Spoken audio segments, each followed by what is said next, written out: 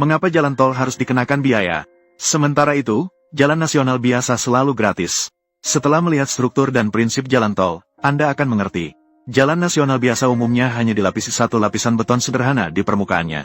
Begitu permukaan jalan retak, air hujan akan meresap ke dalam fondasi jalan melalui celah tersebut. Seiring waktu, jalan tersebut akan runtuh.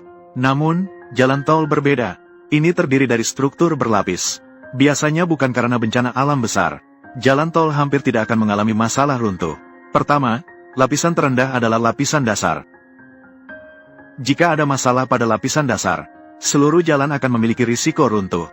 Lapisan kedua adalah struktur kerikil. Ini terutama digunakan untuk mendistribusikan tekanan pada permukaan jalan.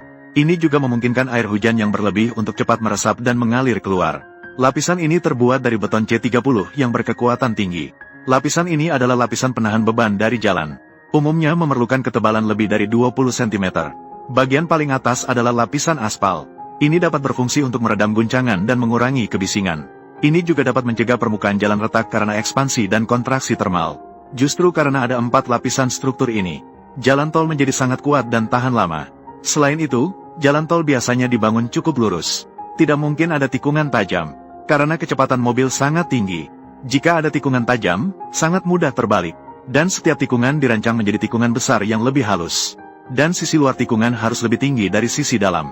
Ini dapat mengimbangi gaya sentripetal yang dihasilkan saat mobil berbelok. Secara signifikan mengurangi risiko mobil terbalik. Sementara itu, jalan tol tidak memiliki kemiringan yang besar. Jika kemiringannya terlalu curam, ini dapat dengan mudah mempengaruhi pandangan, menciptakan area buta yang besar.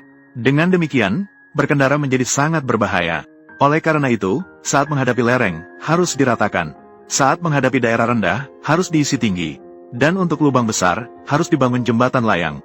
Jembatan layang juga dibangun dengan menggunakan banyak lapisan material. Dan juga disambungkan oleh beberapa segmen. Ini dapat mencegah risiko keretakan permukaan jembatan akibat ekspansi dan kontraksi termal.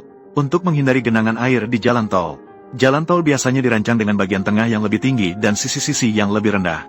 Dengan cara ini, air hujan dapat mengalir ke kedua sisi jalan. Di beberapa segmen jalan di kota, di bawah jalan juga dirancang saluran drainase. Setelah melihatnya, saya benar-benar merasa bahwa tarif jalan tol sangat wajar. Bagaimana pendapat kalian?